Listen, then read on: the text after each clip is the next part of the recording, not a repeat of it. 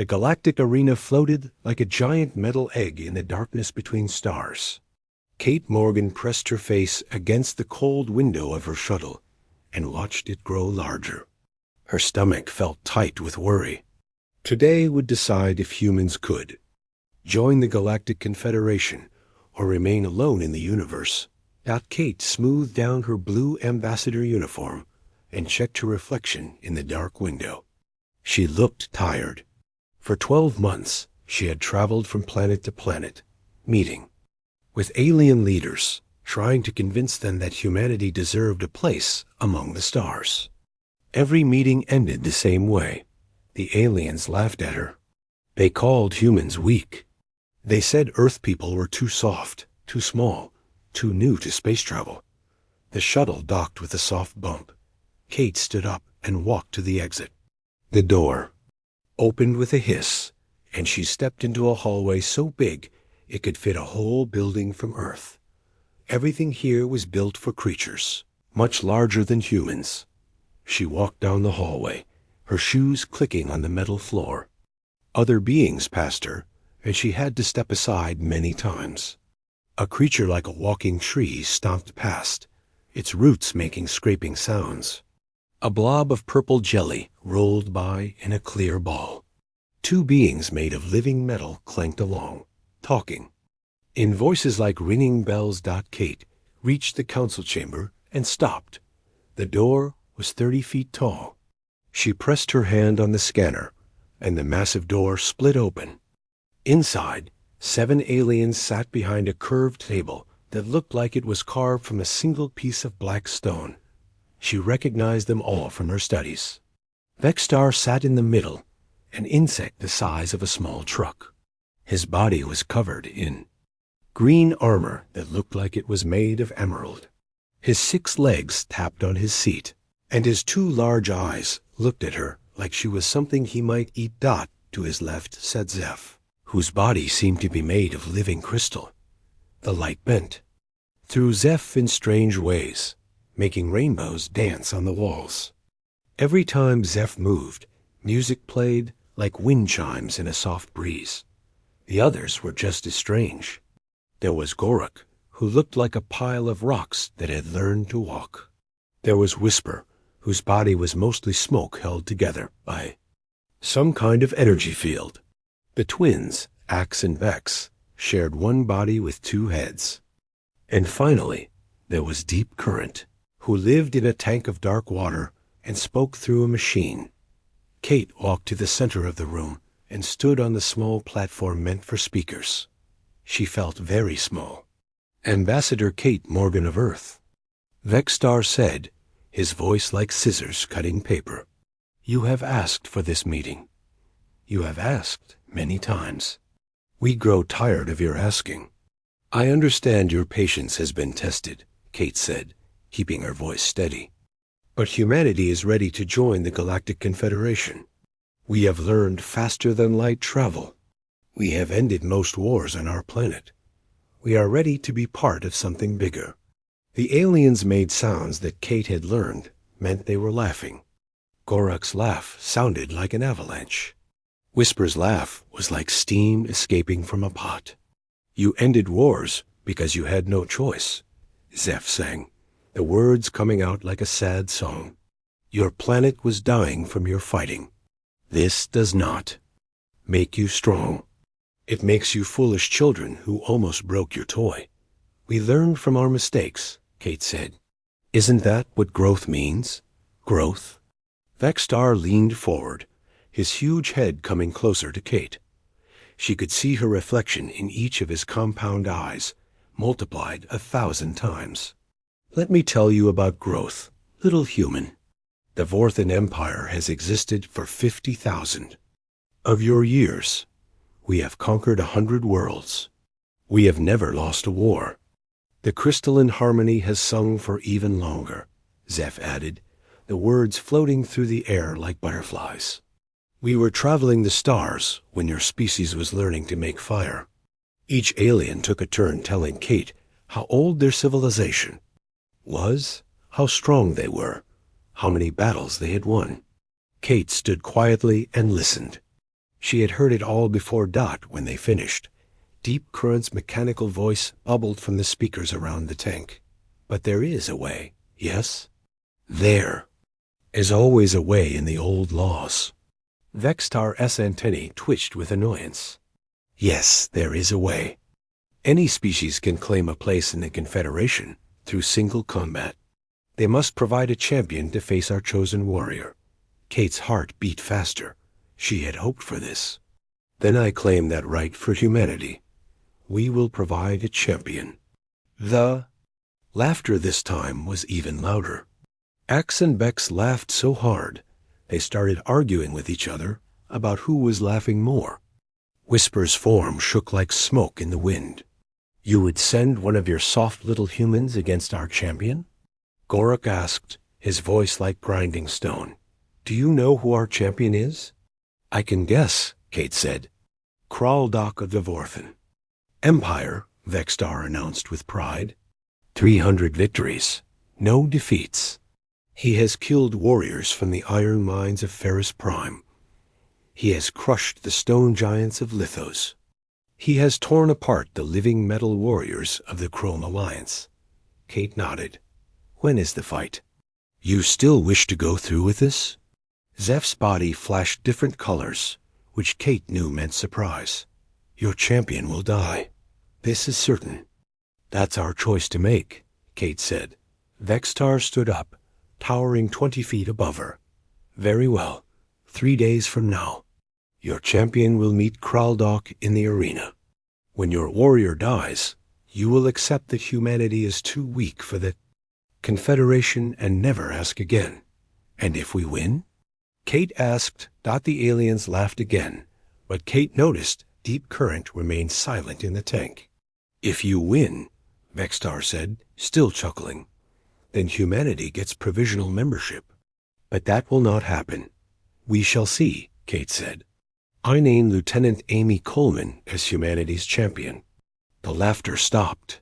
Whisper's form solidified slightly in what might have been shock. A female?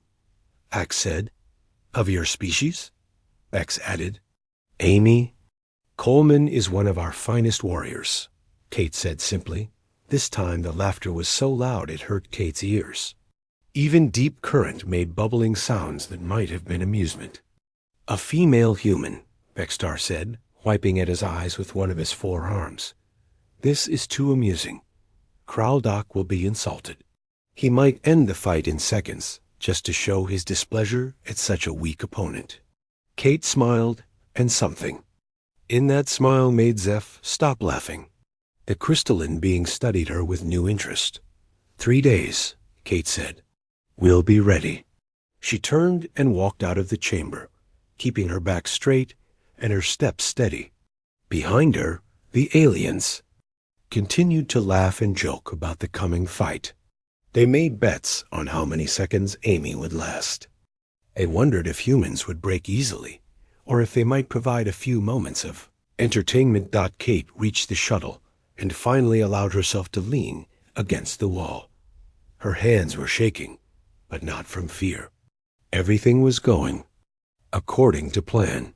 The aliens saw what they expected to see, a small, weak human female who would be crushed by their champion. They had no idea what Amy Coleman had survived on Earth. They had no idea what humans could do when everything was on the line. They thought they understood strength, but they only understood size and power. In 3 days, they would learn that humans had a different kind of strength. Kate touched the communication device on her wrist. Amy, she said. They agreed. 3 days. Good, came the reply. Amy's voice was calm and steady. I'll be ready. Kate smiled again as the shuttle pulled away from the arena. The aliens had mocked humanity for the last time. Soon, they would understand what Kate had been trying to tell them all along. Humans might be small and new to space, but they never, ever gave up. The arena grew smaller in the window as the shuttle flew back toward the human ship. In 3 days, everything would change. Kate just hoped the price wouldn't be too high. Amy Coleman sat on the metal bench in the preparation room and tied her bootlaces with steady hands. The room was too big for her, like everything in this alien place. The bench came up to her chest when she stood beside it. She had to jump to, sit on it like a child climbing onto a high stool. She didn't mind. Being underestimated had saved her life more times than she could count. Amy was not tall. At 5 feet and 6 inches, she was average height for a human woman. She weighed 140 pounds, with muscles that didn't bulge but moved. Under her skin like steel cables. Her brown hair was cut short, and her gray eyes had seen too much for someone who was only 28 years old. The door opened, and Kate walked in with Dr. Nathan Price. Nathan was carrying a tablet that projected blue images into the air. His face looked worried behind his thick glasses. "How are you feeling?" Kate asked, sitting on the bench beside Amy. "Ready," Amy said. She meant it. Nathan waved his hand, and the blue images became clearer. They showed a massive creature that looked like it was carved from rock. "This is Kraldok," he said, 9 feet tall, 800 pounds, maybe more. Amy studied the image. Kraldok had 4 arms, each as thick as her waist. His body was covered in what looked like gray stone. Plates. His head was wide and flat, with a crest that rose up like a crown made of rock. 6 red eyes were spaced across his face. "He's silicon-based," Nathan continued, his voice shaking slightly. "That means his body is more like living stone than flesh. Our computers say he can punch with the force of a small car crash. Each arm can move independently. What kills him?" Amy asked. Nathan blinked. "I'm sorry?" "Everything dies," Amy said calmly. "What kills a Vorthan?" "Well," Nathan fumbled with his tablet. "They're incredibly durable. Plasma weapons just score. The surface. Projectile weapons bounce off. But here, look at this." The image zoomed in on the joints where Kraldok's arms met his body. "These connection points are softer. Not soft by our standards, but softer than the rest. And here," he pointed to the back of the head crest, "there's a blind spot. The eyes can't see directly behind the crest." Amy nodded and stood up. She walked to her equipment bag and pulled out her combat knife. It was 8 inches of carbon. Steel, nothing fancy. She had carried it through the resource wars on Earth. "That won't penetrate his armor," Nathan said. "It's not meant for his armor," Amy replied. Kate cleared her throat. "Amy, you need to understand something. This fight ... that's to the death. Or until one fighter can't continue. The aliens don't have rules like we do. No referee. No stopping for injuries." "Good," Amy said. "Rules get in the way." Nathan and Kate exchanged worried looks. Amy saw it and almost smiled. They didn't understand. They hadn't been where she had been. "Tell me about your wars," Kate said softly. "You never talk about them." Amy was quiet for a moment. Then she spoke.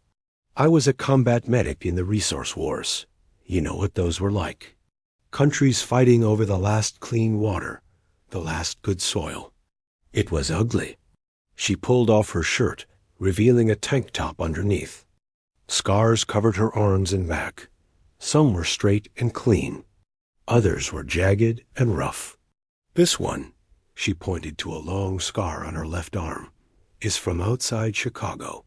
I was dragging Private Danny Chun to safety. He had no legs left. Enemy. Fighter saw us and came at us with a machete. I held him off with one hand while I pulled Danny with the other. Got him to cover. He lived." She pointed to another scar on her shoulder. "This is from the Battle of Denver. Sniper got me while I was working on 3 wounded soldiers in the open. I finished saving them before I dealt with my own wound." "How many people did you save?" Nathan asked quietly. 231. Amy said without hesitation. "I counted every one." How many did you lose? 47. I remember all their names. She put her shirt back on and returned to checking her equipment. The aliens think I'm weak because I'm small and female. They think humans are soft because we stopped fighting each other. They're wrong. How do you? No? Kate asked. Amy looked at her with those steady gray eyes. Because humans don't fight for glory or conquest. We fight for each other. We fight to protect. We fight to survive. And when we fight for survival, we don't stop. Ever. She picked up a small device from her bag. What's this? Emergency beacon, Nathan said. Press it if you need medical help. Amy handed it back to him. I won't need it. Everyone needs help.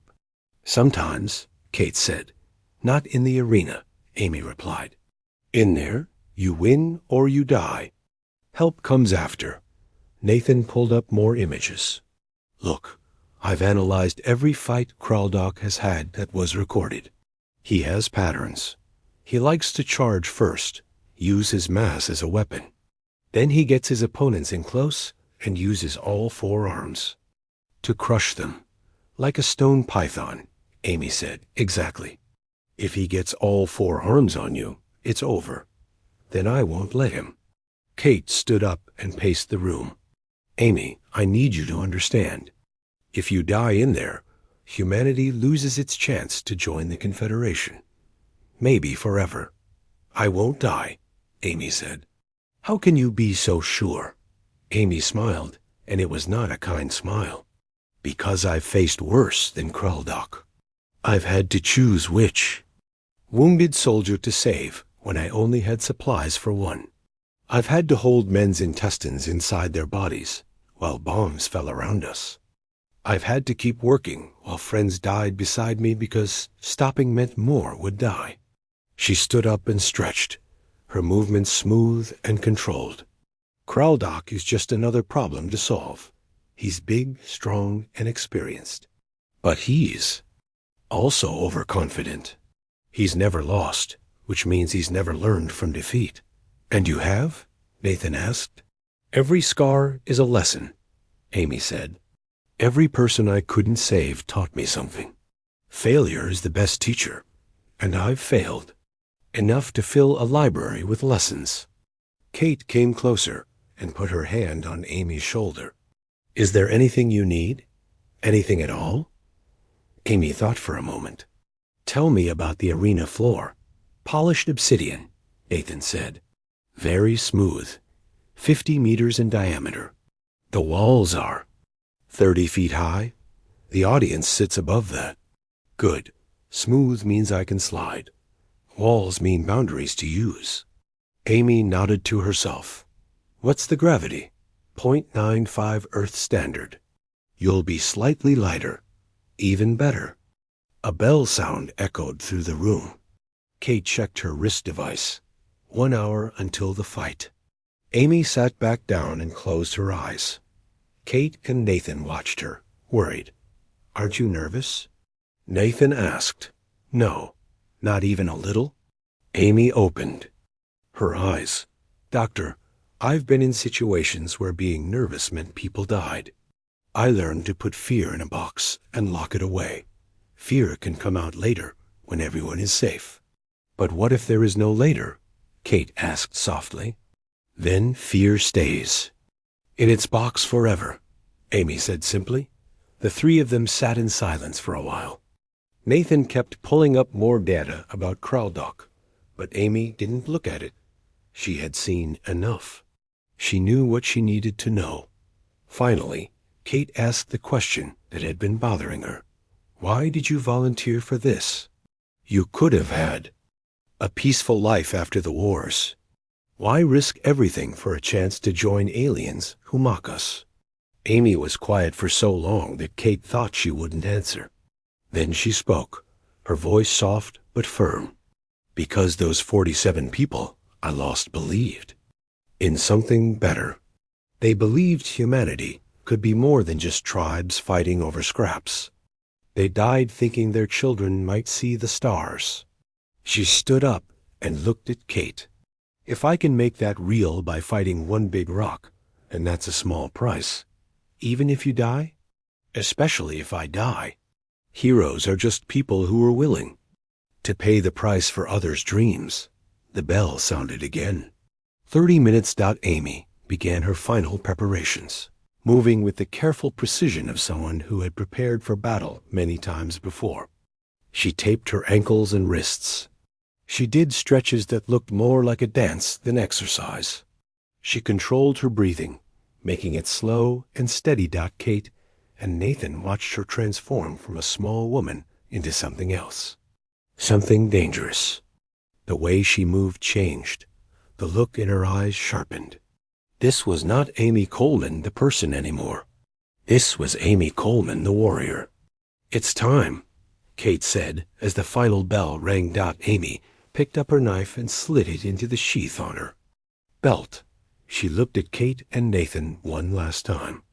"Thank you for believing in me," she said. Then she walked out of the room and toward the arena, her footsteps steady and sure. Behind her, Kate whispered a prayer to whatever gods might be listening. Nathan stared at his datapad, running calculations. He already knew by heart. In the hallway, Amy could hear the crowd noise growing louder. Thousands of aliens had come to watch her die. They wanted to see the small human female get crushed by their champion. Amy smiled that dangerous smile again. They wanted a show. She would give them one they would never forget. The arena floor was black glass that reflected the lights from above like a dark mirror. Amy walked onto it and felt the smooth surface under her boots. Perfect. She had fought on mud, on concrete, on sand. This would be easier. The crowd noise hit her like a physical thing. Thousands of aliens filled the seats that rose in circles above the arena floor. She saw creatures of every shape and size. Some glowed with their own light. Others seemed to be made of shadow. All of them were laughing or making whatever sounds their species used for mockery. Amy ignored them. Crowds didn't matter. Only the fight mattered. Across the arena, a massive door opened.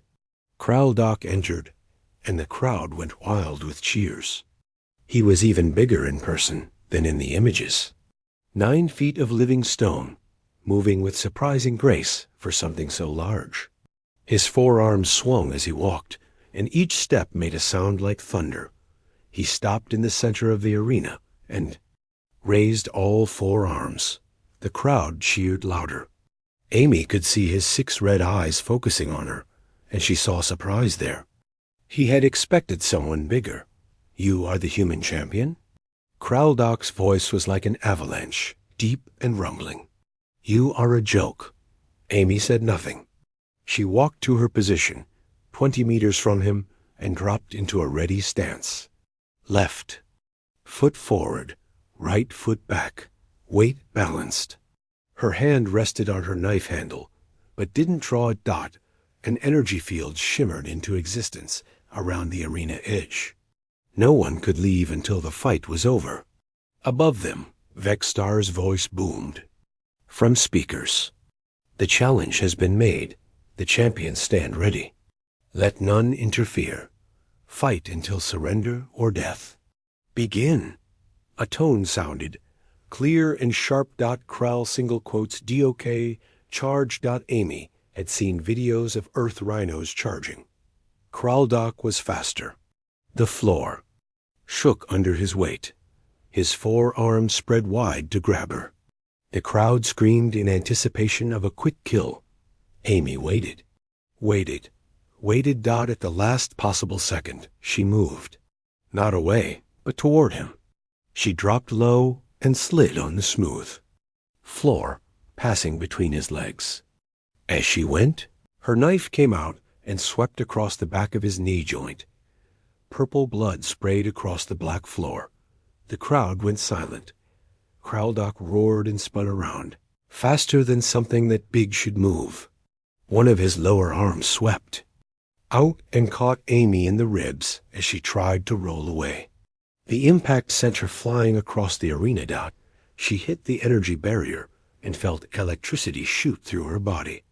She dropped to the floor and rolled, coming up on one knee. Blood filled her mouth. At least 2 ribs were cracked. First blood to the human. Someone in the crowd shouted, and others took up the cry. Kraldock looked at the purple blood running. Down his leg, his 6 eyes narrowed. "You dare wound me?" Amy spat blood onto the floor and stood up. Still she said nothing. This time Kraldock moved more carefully. He came at her with his upper arms high, lower arms spread to catch her if she tried to dodge. Amy circled right, watching how he moved. The wound on his knee was shallow, but it made him favor that leg slightly. He struck with his upper right arm, a blow that could crush stone. Amy leaned back, letting it pass inches from her face. His lower left arm came in from the side. She dropped and rolled forward, coming up inside his reach. Her knife flashed out, aiming for the joint where his lower right arm met his body. The blade found the softer connecting tissue and sank in 2 inches before she had to dance away from his counterstrike. More purple blood. More rage from Kraldock. Stand still and fight. He bellowed. Amy kept moving. This was how humans hunted. In ancient times, not with strength, but with endurance. Wound the prey and let it bleed. Stay out of reach. Wait for weakness. For 10 minutes they danced this deadly dance. Kraldock would attack with combinations of his 4 arms, each strike. Powerful enough to kill. Amy would dodge, deflect, or redirect the blows, always moving, always looking for openings. She took hits. A glancing blow to her shoulder that made her left arm go numb for 30 seconds.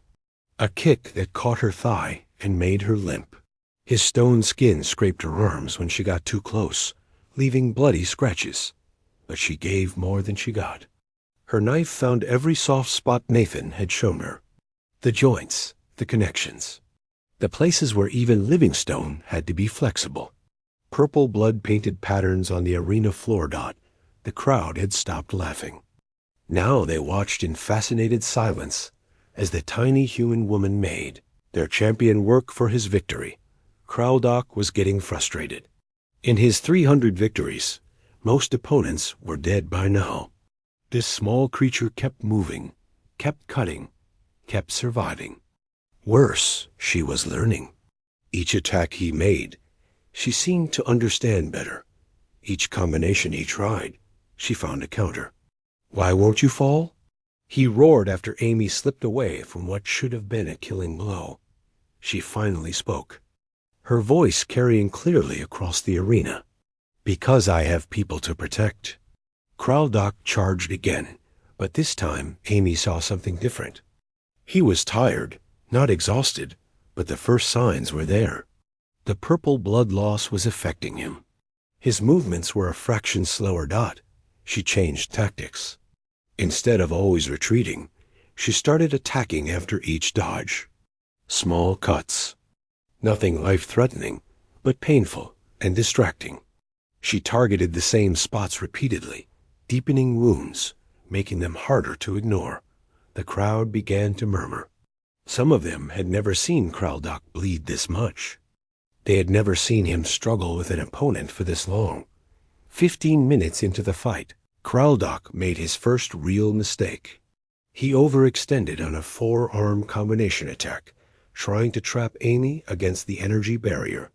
She saw it coming, and instead of retreating, she stepped into the attack. His upper arms passed over her head as she ducked. His lower arms were spread too wide to catch her. For 1 second, his center was open. Amy's knife went deep into his waist joint, and this time she twisted before pulling it out. Kraldock screamed, a sound like breaking rocks. One of his lower arms went limp, the nerve connection severed. Crowd gasped. Their champion was really hurt now.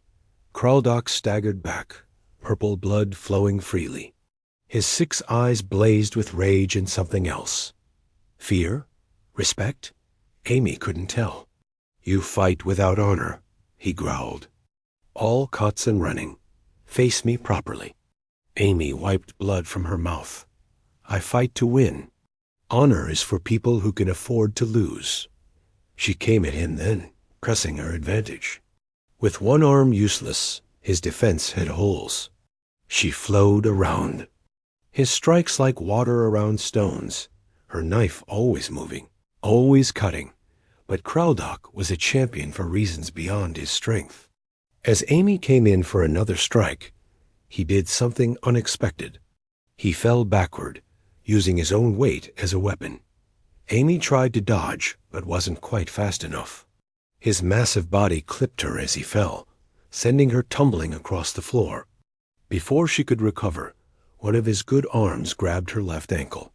The crowd roared as he lifted her into the air like a doll. Amy twisted and struck with her knife, but the angle was wrong. The blade scraped across his stone skin without. Finding purchase, Kraldok stood, holding Amy upside down, and raised another arm to crush her. This was how most of his fights ended. Grab the opponent, rake them. Victory. That's when Amy did something no opponent had ever done in the history of the arena. She bit him. Human teeth were not impressive compared to fangs or mandibles, but millions of years of evolution had made them strong enough to crush bones and tear meat.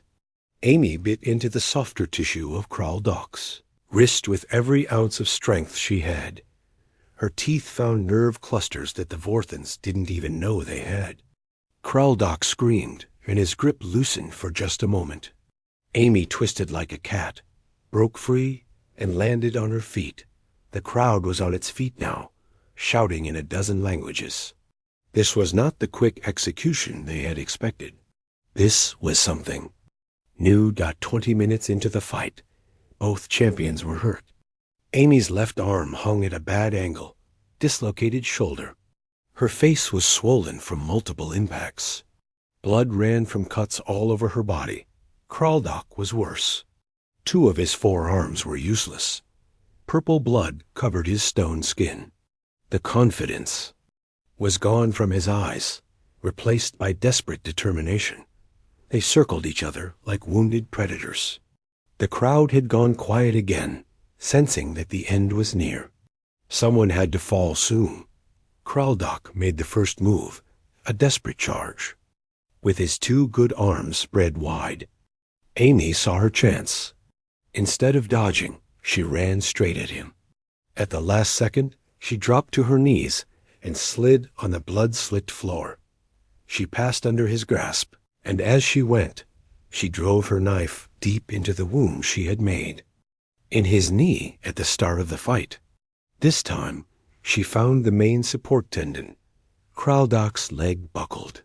He fell forward, and Amy was already moving. She rolled to her feet behind him, in the blind spot Nathan had shown her. As the massive alien tried to turn, his ruined leg betrayed him. He toppled backward like a falling mountain. Amy was on him in an instant. She landed on his chest and pressed her knife to the soft spot where his head crest met his neck. The blade drew a drop of purple blood. "Yield," she said, breathing hard. The arena was silent.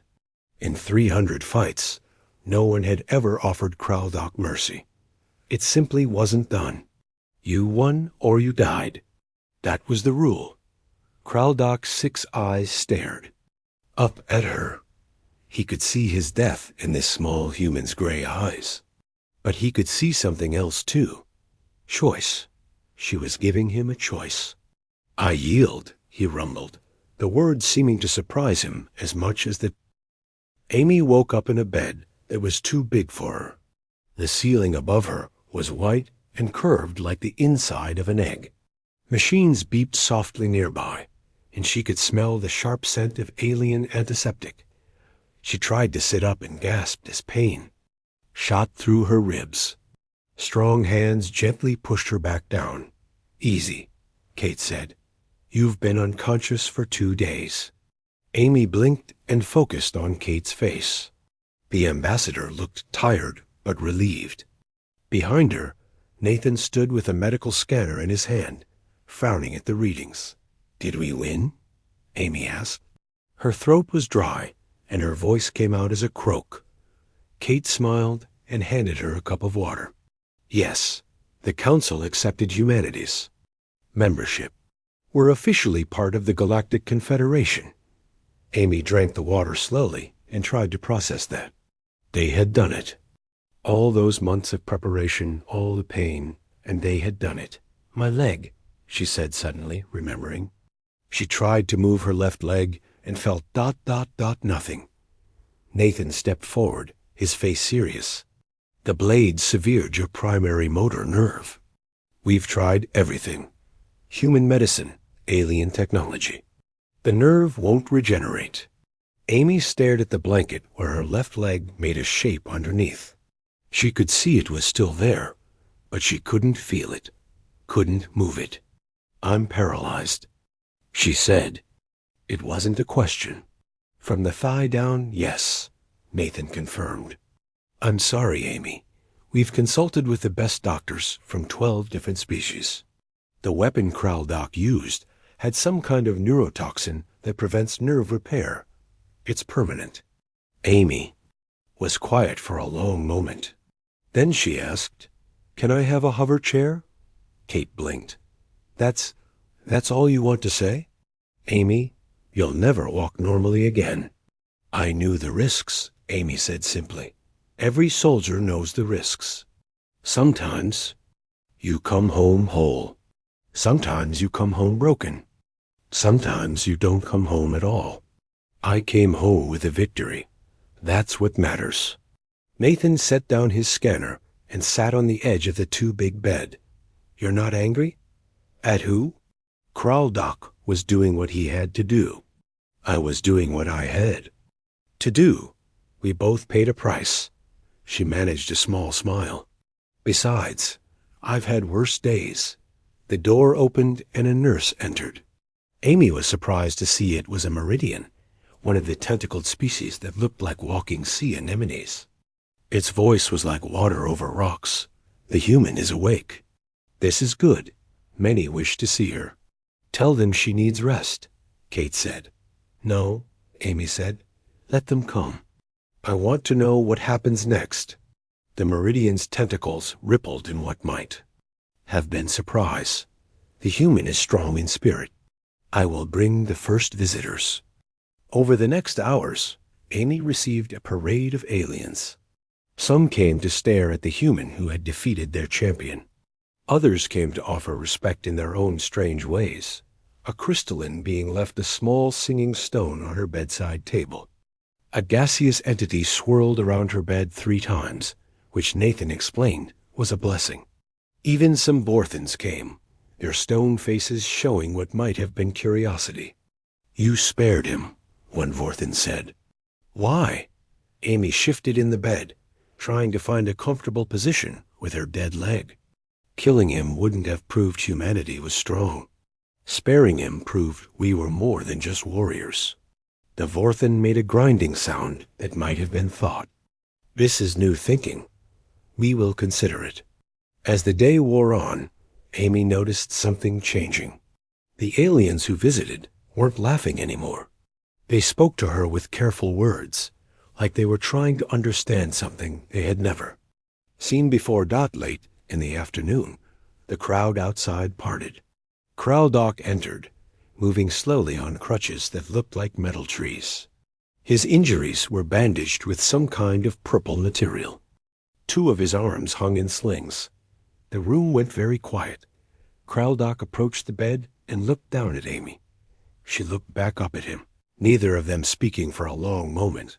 Your leg, he finally said. It will not heal. No, Amy agreed. My arm also will not fully heal. The healers say I will have 60% use at best. He paused. You could have killed me. Yes. Why didn't you? Amy thought about how to explain it. On Earth, we have a saying. The strongest warrior is one who wins without destroying their enemy. You weren't my enemy, Kraldoc. You are just the opponent. I do not understand the difference. An enemy is someone you hate. An opponent is someone you happen to be fighting. When the fight is over, an opponent can become something else. What else? Amy smiled. Maybe a friend. Maybe a teacher. Maybe just someone who understands what you've been through, because they've been through it too.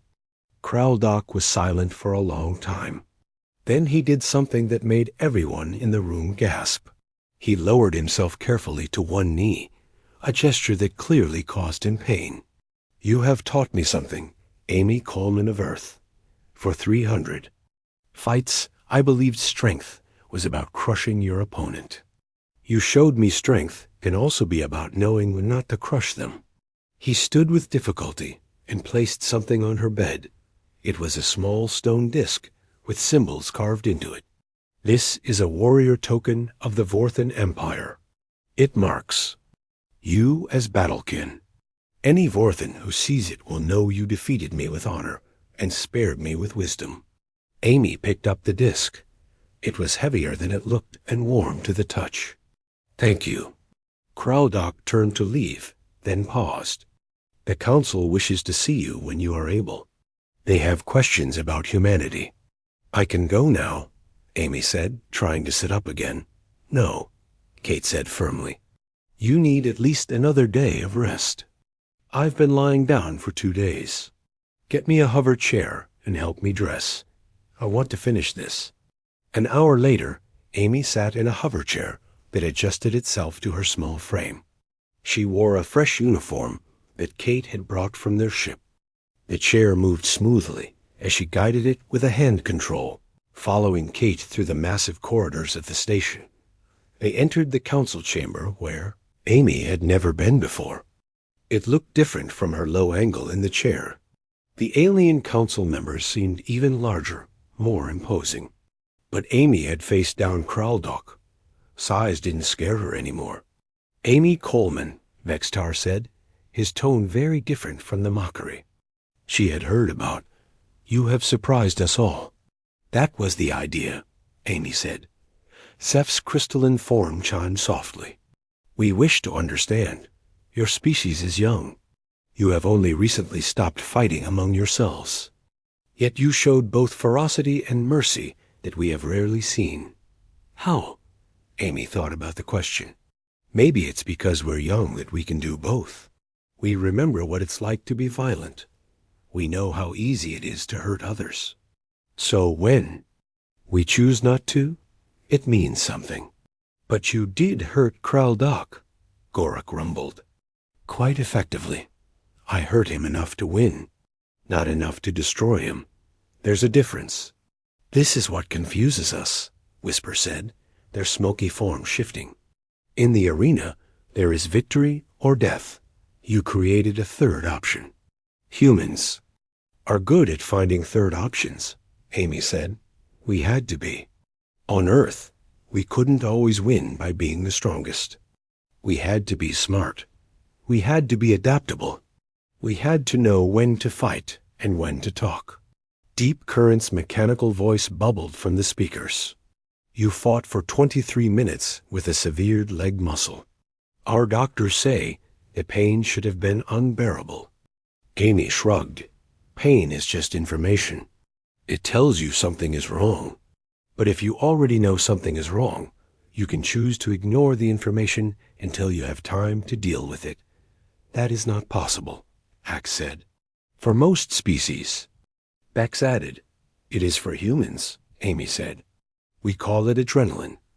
When we need to survive, our bodies can do impossible things. Mothers have lifted vehicles to save their children. Soldiers have carried wounded friends for miles on broken legs. We can push past our limits when we have to. And then? Zeph asked. Then we collapse, Amy admitted. But hopefully we collapse somewhere safe after the job is done. The council members looked at each other in their various ways. Amy could feel something shifting in the room, like the air before a storm. We have voted, Vextar announced. Humanity is granted provisional membership in the Galactic Confederation. You will have a voice in our councils. You will have access to our trade routes and technology. In return, You will follow our laws and contribute to our defense." Kate made a sound that might have been a sob of relief. Amy just nodded. This was what they had worked for. But Vextar continued. "We have conditions?" Amy tensed. There was always a catch. "We want to learn from you," the insectoid said. This concept of mercy in victory. This ability to endure past logical limits. These are things that can make the Confederation stronger. What are you asking? We want human advisors. Warriors who can teach our fighters that strength is not just about power. Healers who understand that sometimes the spirit must be treated along with the body. Leaders who can find third options where we see only two. Amy looked at Kate, who nodded. "We can do that," Amy said. "But we'll teach our way, not yours." "What way is that?" Zeph chimed. Amy smiled. "We'll teach that the strongest warrior isn't the one who never falls. It's the one who falls 7 times and gets up 8. We'll teach that mercy isn't weakness. It's strength used wisely. We'll teach that sometimes the best victory is the one where your enemy becomes your friend." "And you?" Korak asked. "What will you do, Amy Coleman?" "You can no longer fight." Amy looked down at her paralyzed leg, then back up at the council. "I'll teach. Every scar is a lesson, remember? I have a lot of scars and a lot of lessons." 6 months later, Amy Coleman guided her hoverchair through the newly built human embassy on the station. The corridors here were sized for humans, and she didn't feel like a child in a giant's house anymore. She stopped at the entrance to the training hall and watched the morning class. 12 students from different species were learning what humans called adaptive combat. Today's lesson was about using an opponent's strength against them. "Remember," the instructor called out, "size is an advantage, but it's not everything. Watch how I redirect the force instead of meeting it head-on." Amy smiled. The instructor was Danny Chun, the soldier she had saved outside Chicago all those years ago. He walked with a slight limp from his prosthetic legs, but he moved with confidence. Like her, he had found a new purpose after his injuries. "Coleman," a deep voice rumbled behind her. She turned her chair to see Kraldock approaching. His injuries had healed better than expected, though one arm still didn't work quite right. He wore simple training clothes instead of his ceremonial armor. "Kraldock, here for the morning session?" "Yes, I find the human fighting style ... educational." He paused. "May I ask you something?" "Of course." "Do you regret it? The fight? What it cost you?" Amy thought about the question. It was one she had asked herself many times in the dark hours of the night when her missing leg ached with phantom pain. "Come with me," she said instead of answering. She led him to a balcony that overlooked the main plaza of the embassy. Below them, humans and aliens mingled in ways that would have been impossible a year ago. A young human girl was playing some kind of game with a Meridian child, their laughter mixing together. A group of crystalline beings were learning human music from a street performer.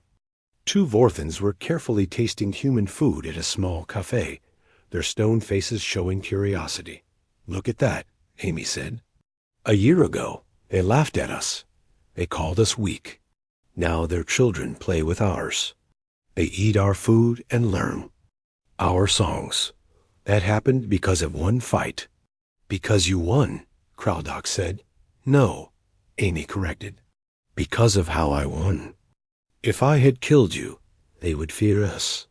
Because I spared you, they respect us. There's a difference. So you do not regret?" Amy patted her dead leg. This is just meat and bone that doesn't work anymore. But what I bought with it." She gestured at the plaza below. "That's a future where human and alien children grow up as friends. That's worth any price." Kraldock made the grinding sound that she now knew was his version of thoughtful humming. "You humans are strange. You find victory in loss. We find meaning in sacrifice," Amy said. It's not the same thing. They watched the plaza in comfortable silence for a while. Then Amy's wrist device chimed. She had a message from Kate. The new combat instructors have arrived from Earth, she told Kraldoc. I need to brief them. Walk with me? It was an old habit, saying walk when she meant go. Kraldoc understood and fell into step beside her hoverchair. The briefing room was full of humans, all military veterans who had volunteered to teach alien warriors the human way of fighting. Amy recognized several faces from the Resource Wars. Ladies and gentlemen, Amy began, you're here because you understand something most species in the galaxy have forgotten. Fighting isn't about being the strongest or having the best weapons. It's about adaptation, determination, and knowing when not to fight at all. A hand went up. Staff Sergeant Lisa Park, if Amy remembered correctly. Ma'am, how do we teach aliens who can bench press a truck that humans are dangerous? Amy smiled. The same way I taught Kraldoc. You show them that every advantage has a disadvantage. Size makes you a bigger target. Strength makes you rely on force instead of technique. Age and experience can make you set in your ways. And humans? Another instructor asked. We're young, small, and individually weak, Amy said. But we're also creative, adaptable, and stubborn to know when we're supposed to lose. That's what you're going to teach them. She spent the next hour going over training protocols, safety measures, and cultural differences they would need to navigate. When the briefing ended, most of the instructors filed out, but Lisa stayed behind. Permission to speak freely, ma'am? Granted. Lisa looked at Amy's hover chair, then at her face. Was it worth it? Really? Amy had gotten used to this question. Everyone wanted to know if she secretly regretted her sacrifice when the cameras were off and the speeches were done. Sergeant, what did you lose in the wars? Lisa blinked at the unexpected question. My left eye, my brother, most of my unit. And what did we gain? Peace, a chance to reach the stars. Was it worth it? Lisa was quiet for a moment. Then she nodded. Yes, ma'am, it was. Then you know my answer, Amy said. We pay our prices and hope they buy something better for the ones who come after. That's what humans do. Later that day, Amy made her way to the medical center for her weekly treatment.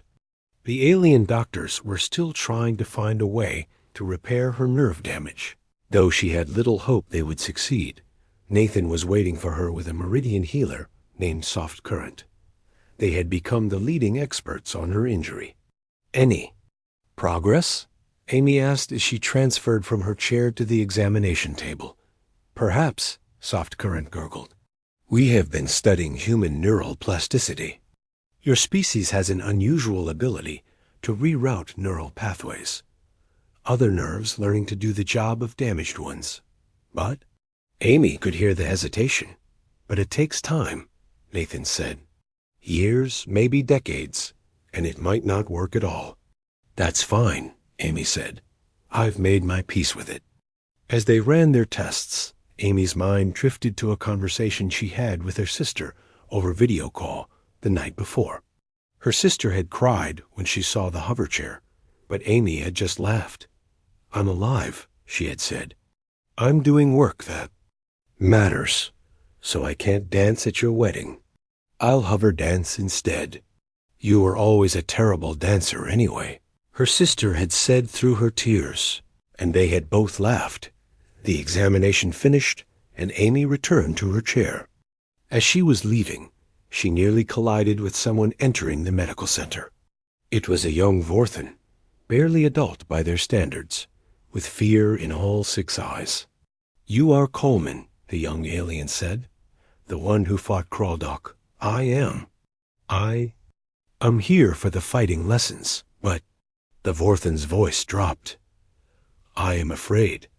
What if I am not strong enough? What if I fail? Amy studied the young alien. So much like the young humans she had trained on Earth. So much like she had been once, before the wars taught her what strength really meant. "What's your name?" she asked. "Gregtal. Come with me, Gregtal. I want to show you something." She led the nervous young Vorthen to a quiet corner of the embassy where a small memorial had been set up. It showed pictures of humans who had died in the resource wars, including the 47 Amy couldn't save. "These were all strong warriors," Amy said. "Every one of them. They still died. Strength doesn't mean you won't fail, Gregtal. It means you keep trying despite the failure. But you didn't fail. You beat our champion." Amy smiled sadly. "I've failed more times than you can count. Every one of these faces is a failure of mine, someone I couldn't save. But I learned from each failure. I got better. And when it came time to face Kraldok, I used every lesson those failures taught me. Even knowing you might die, especially knowing I might die. Courage isn't the absence of fear. It's action in the presence of fear." The young Vorthen looked at the memorial and at Amy in her hover chair. "Will you teach me?" "I don't teach the physical classes anymore," Amy said. "But I can teach you something more important. I can teach you that true strength isn't in your body. It's in your choice to keep going when everything tells you to stop." Over the following weeks, Amy met with Gregtal regularly. She taught him human philosophy about war and peace, about strength found in weakness, about the power of choosing mercy over vengeance. And slowly, she saw him change from a frightened youth into a confident young warrior. One day, Kraldok joined them for a session. The great champion sat on the floor to be closer to Amy's eye level, listening as she explained human persistence. "On Earth, we have a creature called a honey badger," she was saying. "It's small compared to the predators it faces, but it never backs down. It will fight lions, snakes, anything that threatens it. Not because it's strong, but because it refuses to accept that it's weak." "Like humans," Gregtal said with understanding. "Like humans," Amy agreed. "We're the honey badgers of the galaxy. Too stubborn to know when we're outmatched." Kraldok made his grinding thinking sound. "This is why you couldn't defeat us with weapons or size. You had to show us a different kind of strength. The kind that chooses to spare an enemy," Amy said. "The kind that sacrifices for others. The kind that gets up one more time, then it gets knocked down." Months turned into a year. The human embassy grew from a small set of rooms to a whole sector of the station. Amy watched human culture spread through the Confederation like a benign virus. Alien warriors learned human martial arts that emphasized technique over power. Alien healers studied human psychology alongside physical medicine. Alien leaders began to look for third options in their negotiations. And through it all, Amy rolled through the corridors in her hover chair, teaching, advising, and showing by example that humans were more than their physical limitations. One day, she received a message that made her stop in the middle of the hallway. It was